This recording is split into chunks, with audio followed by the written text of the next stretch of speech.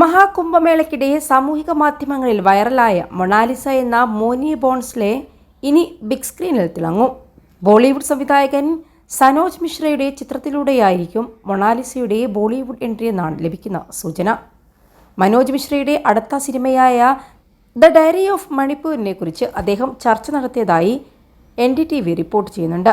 Ramjanmabhoomi, the diary of West Bengal, Kashi to Kashmir തുടങ്ങിയ ചിത്രങ്ങളുടെ സംവിധായകനാണ് സനോജ് മിശ്ര. ഇൻസ്റ്റഗ്രാമിൽ ഇരുവരുടെയും ചിത്രം സനോജ് മിശ്ര പങ്കുവച്ചിട്ടുണ്ട്. മൊണാലിസയുടെ വീട്ടിലെത്തിയാണ് ചിത്രവുമായി ബന്ധപ്പെട്ട കരാറിൽ ഒപ്പുവെച്ചതെന്നാണ് പുറത്തുവരുന്ന സൂചന. വൈറലായതിനു പിന്നാലെ തനിക്ക് സിനിമയിൽ അഭിനയിക്കാൻ ആഗ്രഹമുള്ളതായി മൊണാലിസ പ്രതികരിച്ചിരുന്നു. കുടുംബം അനുവദിക്കുകയാണെങ്കിൽ സിനിമയിൽ അഭിനയിക്കുമെന്നായിരുന്നു അറിയിച്ചത്. കുംഭമേളയ്ക്കിടെ പൂവിൽപ്പനയ്ക്കെത്തിയപ്പോഴാണ് മൊണാലിസ ക്യാമറ കണ്ണുകളിൽ പ്രത്യക്ഷപ്പെടുന്നത്.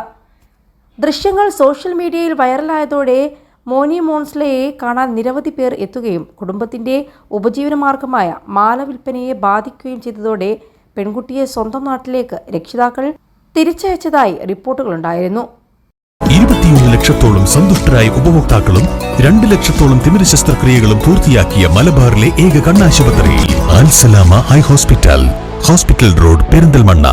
തന്റെ സുരക്ഷ കൂടി കണക്കിലെടുത്താണ് കുംഭമേളയിൽ നിന്ന് മടങ്ങുന്നതെന്നായിരുന്നു മൊണാലിസയുടെ പ്രതികരണം. കുംഭമേളയിൽ മാല വിൽക്കാനെത്തിയ മൊണാലിസയുടെ വെള്ളാര കണ്ണുകളായിരുന്നു ഏവരുടെയും ശ്രദ്ധ പിടിച്ചുപറ്റിയത്. ദേശീയ മാധ്യമങ്ങൾ ബ്രൗൺ ബ്യൂട്ടി എന്ന് വിശേഷിപ്പിച്ച മൊണാലിസയുടെ ഫോട്ടോകളും വീഡിയോകളും സോഷ്യൽ മീഡിയയിൽ വ്യാപകമായി പ്രചരിച്ചിരുന്നു. ഇതോടെ ഇവരെ കാണാൻ ഒട്ടേറെ പേർ എത്തുകയും തിക്കും തിരക്കും വർദ്ധിക്കുകയും ചെയ്തു. മൊണാലിസയുടെ കണ്ണുകളോട് സാദൃശ്യമുള്ളതാണ് മോനിയുടെ കണ്ണുകളെന്ന് പറഞ്ഞാണ് പെൺകുട്ടിയുടെ വീഡിയോ സോഷ്യൽ മീഡിയയിൽ വ്യാപകമായി പ്രചരിച്ചത്. പിന്നീട് മോനി ജന്മനാടായ മധ്യപ്രദേശിലെ ഇൻഡോറിലേക്ക് തിരിച്ചിരുന്നു. എന്നാൽ ഇതിനെക്കുറിച്ച് വ്യക്തമായ വിവരം തന്നെ പുറത്തു വന്നിട്ടില്ല.